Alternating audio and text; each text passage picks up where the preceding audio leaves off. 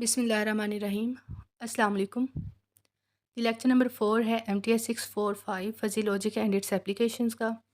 Previous lecture में हम लोगों ने पढ़े थे, कुछ एक्सप्रेशन पढ़ी थी फज़ी लॉजिक की, और उसके बाद उसकी कुछ थ्योरी पढ़ी थी और उसकी कुछ टाइप्स पढ़ी थी कि फज़ी लॉजिक किस किस टाइप की होती हैं। ठीक है, बिल्कुल स्टार्ट में, लेक्चर के बिल्कुल स्टार्ट में पढ़ी थी, लेक्चर नंबर 3 के स्टार्ट में। तो वो सारी चीज़ें क्या है, इंपॉर्टेंट है। ठीक है, और उसके बाद हम लोगों ने पढ़ा था कि अगर हम डेल्टा ए और डेल्टा ए के कम्प्लीमेंट का यूनियन ले, तो वो अगर उसका यूनियन ले तो आंसर क्या होता है, हमेशा उसका greater than equal to zero होता है। और अगर हम इंटरसेक्शन ले तो आंसर क्या होता है उसका, हमेशा लेस देन इक्वल टू 0.5 होता है। ठीक है, लेक्चर नंबर 4 में हम देखेंगे support of a fuzzy set क्या होता है। बहुत ज़्यादा इंपॉर्टेंट है, डेफिनेशन हमेशा पेपर में आ जाती है, अक्सर बच्चों के पेपर में डेफिनेशन होती है इसकी कि support of a fuzzy set की डेफिनेशन लिखें। बहुत ही ईजी है कि a set is support of a fuzzy set क्या होता है। A set is set to be the support of a fuzzy set if the membership value of element are greater than zero, यानी कि अगर membership value उसके greater than zero है ना, तो वो हमारे पास सेट कौन सा होता होगा, support of a fuzzy set. ठीक है, अब यहाँ पे देखिए हमारे पास ये सेट गिवन है, ये वाला सेट गिवन है। ठीक है, ये हमारे पास एक्स ए की वैल्यू है, उसके बाद हम हमारे पास कौन कौन सी है, यानी कि यहाँ पे देखें जो इसकी मेंबरशिप वैल्यू, यहाँ पे क्या है, ज़ीरो है, यहाँ पे 0.2 है, यहाँ पे 0.9 है, यहाँ पे 1 है, और यहाँ पे क्या है, ज़ीरो है।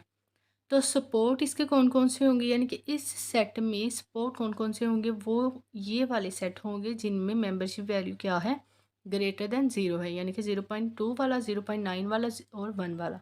ठीक है, support of a fuzzy set, इस फजी सेट के सपोर्ट कौन कौन से होंगे, ये वाले होंगे। ठीक है बेटा, नेक्स्ट है हमारे पास नॉर्मल फजी सेट कौन सा होता है। ऐसा सेट, यानी कि ऐसा फजी सेट जिसमें एटलीस्ट एक एलिमेंट ऐसा हो जिसकी मेंबरशिप वैल्यू क्या है, 1 है।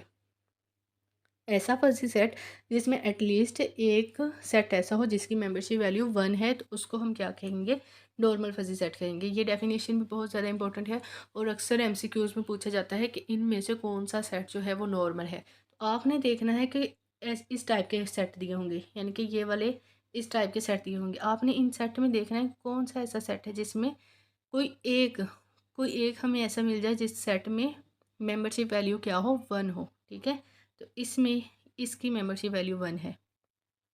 नेक्स्ट है नॉर्मल फजी सेट, ये फिर से वही चीज़ आ गई है जी। नेक्स्ट है empty fuzzy set. Empty fuzzy set क्या होता है, ऐसा फजी सेट जिसके तमाम एलिमेंट क्या हों, ज़ीरो हों। ठीक है, यानी कि जिस सेट में, ऐसा फजी सेट जिसमें तमाम एलिमेंट्स में, जो हमारे पास तो सॉरी तमाम सेट में मेंबरशिप वैल्यू क्या हो, ज़ीरो हो। ठीक है, ऐसा फजी सेट जिसमें तमाम के तमाम जो मेंबरशिप वैल्यूज़ हों वो क्या हों, ज़ीरो हों, मेंबरशिप एलिमेंट। यहाँ पे देखिए इसकी भी मेंबरशिप वैल्यू भी ज़ीरो है, इसकी भी ज़ीरो है, इसकी भी ज़ीरो है, इसकी भी ज़ीरो है। अगर इस सेट में कहीं ना कहीं पे मेंबरशिप वैल्यू नॉन ज़ीरो होती है तो इसने एम्प्टी फजी सेट कभी भी नहीं होना था। ठीक है, तो ये भी इंपॉर्टेंट है MCQs के हवाले से। इसके बाद है cardinality of a fuzzy set, हम कैसे फाइंड आउट कर सकते हैं। Cardinality of a fuzzy set हम इस तरीके से फाइंड आउट कर सकते हैं, जितनी भी मेंबरशिप वैल्यूज़ गिवन होती है ना फजी सेट में, उनको क्या करना होता है, हमने सम करना होता है। ठीक है, cardinality of a fuzzy set is the sum of all membership values of that element. ठीक है, यानी कि ये हमारे पास सेट ए है ना, अब इसकी हमने कार्डिनैलिटी फाइंड आउट करनी है। वो कैसे करेंगे, वो हम ऐसे करेंगे कि इसकी जितनी भी मेंबरशिप वैल्यूज़ गिवन है ना, उसको हम क्या करेंगे, सम कर लेंगे। ठीक है, उसके बाद है जी डिग्री ऑफ सबसेटहुड। वो कैसे फाइंड आउट करते हैं, ये बहुत ज़्यादा इंपॉर्टेंट है, इसका फार्मूला MCQs में। और ये आप लोगों ने मतलब जो क्विज़ेज़ वगैरह होंगे ना, उसमें भी ये अक्सर आ जाते हैं, ये वाले सारे MCQs जो मैं आपको बता रही हूँ, इंपॉर्टेंट चीज़ें। ठीक है, तो ये फार्मूला आप लोगों ने अच्छे तरीके से याद करना है कि degree of subsethood of A and B is defined as S into A B is equal to intersection of A B की कार्डिनैलिटी ओवर ए की कार्डिनैलिटी। ठीक है, cardinality of A intersection B over cardinality of A, ये इसका सिर्फ formula आपने अच्छे तरीके से याद करना है।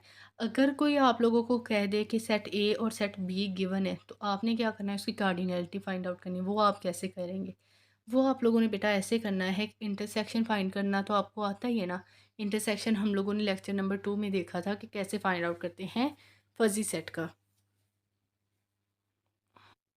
मैं आपको फिर से रिवाइज़ करवा देती हूँ कि सेट ए है और सेट बी है। हमने क्या लिखना होता है, हमने इनके जो कॉरस्पॉन्डिंग एलिमेंट है ना, उनमें से जो मिनिमम वैल्यू है ना वो लिखनी होती है, ठीक है। अब यहाँ पे मिनिमम वैल्यू क्या है, 0.1 है, ठीक है। इन दोनों में मिनिमम क्या है, 0.3 है, वो लिख लिया। इन दोनों में मिनिमम कौन सी है, 0.2 है, वो लिख लिया, ठीक है। तो हम फर्स्ट सेट की जो इंटरसेक्शन है वो उसमें ये लिखते हैं कि दोनों सेट में से जो मिनिमम वैल्यू होती है वो लिखते हैं, और यूनियन में क्या लिखते हैं, जो ग्रेटर वैल्यू होती है, ठीक है, मैक्सिमम वैल्यूज़ लिखते हैं। तो सबसे पहले हमने क्या कर लिया, इनकी मिनिमम वैल्यू लिख ली। फिर हमने कार्डिनलिटी फाइंड करनी है। कार्डिनलिटी कैसे फाइंड आउट करते हैं, इसकी मेंबरशिप वैल्यूज़ को ऐड कर लेते हैं। तो ये हमने मेंबरशिप वैल्यूज़ को ऐड कर लिया। अब हमने ए की कार्डिनलिटी फाइंड आउट करनी है। वो हम कैसे करेंगे कि ए की जितनी भी मेंबरशिप वैल्यूज़ है ना, उनको हम सम कर लेंगे। उनको ऐड कर लिया, ठीक है। अब 0.6 ओवर 0.9 लिख देना है, तो ये इसकी मतलब कार्डिनलिटी आ जाएगी, ठीक है। उसके बाद बेटा आ जाता है यूनियन। यूनियन पहले भी मैंने आप लोगों को करवाया था, लेकिन फिर से हम रिवाइज कर लेते हैं कि इसको डिनोट कैसे करते हैं। Let F of X denote the collection of fuzzy set on a given universe of discourse X. Let A B belong करता है एफ ऑफ एक्स को, यानी कि ए और बी बिलोंग करते हैं इस यूनिवर्सल सेट को, ठीक है। The union of A B is the fuzzy set C. तो इसके यूनियन को किससे रिप्रेजेंट करेंगे, सी से, ठीक है, यानी कि मेंबरशिप वैल्यू ऑफ सेट सी, ठीक है। तो जब हम यूनियन फाइंड आउट करते हैं तो यूनियन में हम क्या करते हैं, मैक्सिमम वैल्यू लिखते हैं किसकी, मेंबरशिप ए और मेंबरशिप बी, यानी कि membership value of set A and membership value of set B में से जो मैक्सिमम वैल्यू होती है ना वो लिखते हैं, ठीक है। और उसको डिनोट हम ऐसे करते हैं, यानी कि यूनियन को तो हम डिनोट ऐसे ही करते हैं ना, लेकिन इधर यहाँ पे हम इस वी की फॉर्म में डिनोट करते हैं, ठीक है। तो ये आप लोगों ने अच्छे तरीके से यूनियन की एमसीक्यूज़ के हवाले से ये आ जाता है। एमसीक्यूज़ में ये चीज़ बहुत ज़्यादा आ जाती है, ठीक है, कि हम डिनोट कैसे करते हैं। या तो मैक्सिमम से डिनोट करते हैं, या तो हम ये वी के निशान से डिनोट करते हैं, ठीक है। अब बेटा एग्जाम्पल गिवन है। एग्जाम्पल में देखें, उन लोगों ने बोला कि इसका यूनियन फाइंड आउट करना है, तो कैसे करेंगे, कोरोस्पोंडिंग एलिमेंट्स में से देखते जाएंगे यहाँ पे, ठीक है। जो मैक्सिमम वैल्यू होगी उनको हम यूनियन के आंसर के तौर पे लिखते जाएंगे। अब इनमें मैक्सिमम कौन सी है, 0.4 है, वो लिख ली हमने। 0.6 है, वो लिख ली। 0.7 नहीं सॉरी 1 है, तो ये 1 लिख लिया। और उसके बाद 0.8 और 6 में से 0.8 मैक्सिमम है और 0.5 मैक्सिमम है, तो ये क्या आ गया, इसका यूनियन आ गया। अगर इंटरसेक्शन फाइंड आउट करना हो तो इंटरसेक्शन में इसी चीज़ को लेंगे, यहाँ पे मैक्सिमम की जगह मिनिमम लगा देंगे, यहाँ पे वी की जगह पे ऐसा वाला निशान लगा देंगे, ठीक है। और मिनिमम वैल्यू फाइंड आउट करते हैं। अब बेटा आ जाती है बारी के, हमने यूनियन तो फाइंड आउट कर लिया, हमने उसका क्या करना है, ग्राफ ड्रा करना है, ठीक है। यूनियन फाइंड आउट करने के बाद हमने क्या करना है, ग्राफ ड्रा करना है। तो सबसे पहले हम क्या लगाएंगे, निशान लगा लेंगे, ये निशान लगा लेंगे, ठीक है। यहाँ पे होता है 0, यहाँ पे होगा 0.5 और यहाँ पे होगा 1। और हमारे पास दूसरी वैल्यूज़ कौन कौन सी हैं, वो है हमारे पास x1 है, ठीक है, x2 है, x3, x4, x5। x1 लिख लिया, यहाँ पे x2 लिख लिया, उसके बाद x3 लिख लिया, x4 लिख लिया। चलिए मैं 4 तक लिख लेती हूँ, इसको एक दफ़ा इग्नोर करें। तो बेटा 0.4 क्या है, x1 की वैल्यू है। अब यहाँ पे x1 है ना, यहाँ पे देख रहे हैं, यहाँ ये 0.5 है, इससे थोड़ा सा नीचे क्या होगा, 0.4 होगा। यहाँ पे मैंने क्या लगा दिया, डॉट लगा दिया। अब इसको मैंने डॉटेड लाइन से इसके साथ अटैच कर लिया x1 के साथ। अब x2 कहाँ पे, 0.63, ये 0.5 से थोड़ा सा ऊपर होगा, तो मैंने इसको थोड़ा सा ऊपर यहाँ पे डॉट लगा दिया और ये इसके साथ मैच कर लिया। x3 क्या है, 1 है, तो 1 पे आके यहाँ पे मैंने डॉट लगा दी। ये लाइन आप लोगों ने नहीं लगानी, ये मैं बस आपको समझाने के लिए बता रही हूँ, ठीक है। अब x4 कहाँ पे, 0.8, तो इसके थोड़ा सा नीचे होगा ना, तो यहाँ पे एक डॉट लगा दिया और ये ऐसे लाइन लगा दी। तो बेटा आपने ग्राफ ऐसे ही ड्रा करना है, ठीक है। ज़्यादा डिफ़िकल्ट नहीं होता, इजी सा होता है। तो आपने इसको ग्राफ्स को ऐसे ही ड्रा करना होता है। पेंट में भी आप कर सकते हैं, ज़्यादा डिफ़िकल्ट नहीं होता, पेंट में आप करें, ईज़िली आपसे हो जाएंगे। और पेपर में इसके ग्राफ आते हैं, मैं आप लोगों को बता दूं कि पेपर में इसके ग्राफ मस्ट आते हैं, ठीक है, लॉन्ग में शॉर्ट में आते हैं लाजमी। अब आ जाती है इंटरसेक्शन की बारी। इंटरसेक्शन हम कैसे फाइंड आउट करते हैं फजी सेट का, मैंने आपको भी बताया है, ठीक है। तो ये आप लोग इसको खुद से सोल्व करें, बिल्कुल वैसे ही इसका ग्राफ बनाना है। लेक्चर नंबर 4 हो गया हमारा कंप्लीट। लेक्चर नंबर 4 में आपको रिवाइज करवा दूँ कि हम लोगों ने क्या क्या पढ़ा है, ठीक है।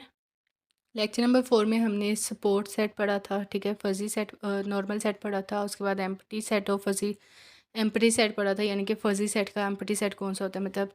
और उसके बाद हमने इसकी यूनियन और इंटरसेक्शन पढ़ी थी, फजी सेट की कैसे फाइंड आउट कर सकते हैं, और ग्राफ बनाना सीखा है, ठीक है।